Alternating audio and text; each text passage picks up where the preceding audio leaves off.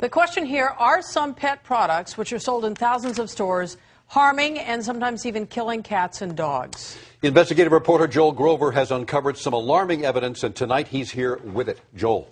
Well, Paul and Colleen, we're talking about these products which are sold in major supermarkets and pet supply stores. They're meant to get rid of fleas and ticks on your pets. But we've been looking closely through government data and have found thousands of reported pet illnesses and deaths that are linked to these kinds of products. Let's face it, for many of us, pets are like members of the family, which is why it would be so devastating if your dog were to suddenly collapse. Twitching, convulsions, seizures. Or if your cat were to drop dead. I felt like it was my fault because I had applied the product. After you used an over-the-counter pet product, which is approved by the U.S. EPA. Do I want to risk my own cats to that? And I have 6, and the answer is no. The products we're talking about are popular flea and tick shampoos or drops. They're sold by different companies under different names, but they all contain the same type of pesticide called pyrethrins, or the synthetic versions known as pyrethroids.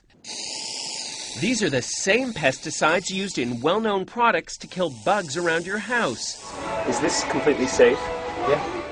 That's what Heidi Wohler of Santa Clarita says they told her when she bought BioSpot flea and tick shampoo for her 2 cats, Hummer and Samson. I read the directions and I followed them thoroughly. But within minutes of applying the shampoo, Heidi says both cats began having seizures, especially Hummer. He's shaking, he can't breathe. Samson was saved by an emergency room vet, but Hummer didn't make it. He died a horrible, violent, fast death. This is not an isolated case. We looked through the EPA's database of reported incidents involving domestic animals from all products containing pyrethrins and pyrethroids. We found numerous cases of animals whose skin was burned, animals who had seizures and vomiting, tens of thousands of reported incidents, including thousands of deaths. Even the EPA admits it's not sure how many thousands of animals have been harmed by these pesticides. If they're on the shelf in a grocery store or a drugstore, you assume that that's been tested and is fine. But things weren't fine when Rich Parsons of La Quinta applied Hart's flea and tick drops to his dog Duffy. They contain a pyrethroid called phenolphthalein. The following day, Duffy was having seizures, and 2 days later he died at this animal hospital. This was not a pleasant death. This was really a devastating loss for us because he just meant the world to us. In fact, there are entire websites where pet owners report illnesses and deaths after using products containing pyrethrin and pyrethroid pesticides. How's he doing? Good. Yeah. Well-known veterinarians like Dr. Jeff Werber of LA say a certain percentage of pets have adverse reactions to these products. We do know that some of these products can be toxic.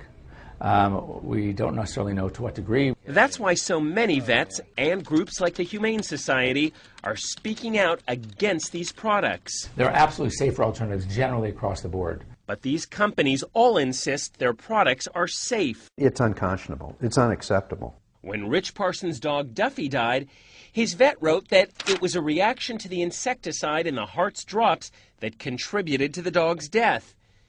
But Hart's brought in its own experts to review the case, and they denied any responsibility, blaming Duffy's death on underlying health problems.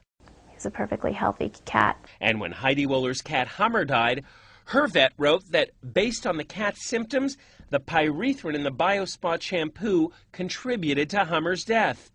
BioSpot paid for an autopsy, which we asked Dr. Werber to interpret. Is it possible the shampoo contributed to this cat's death? I think it's highly likely there was a contributory factor to this product and this cat's demise. It needs to be taken off the market. Still, BioSpot's parent company told Heidi in a letter, "We don't believe Hummer's death was a result of using our product." But they never did explain why the cat died. Pets are part of our family, and he trusted me.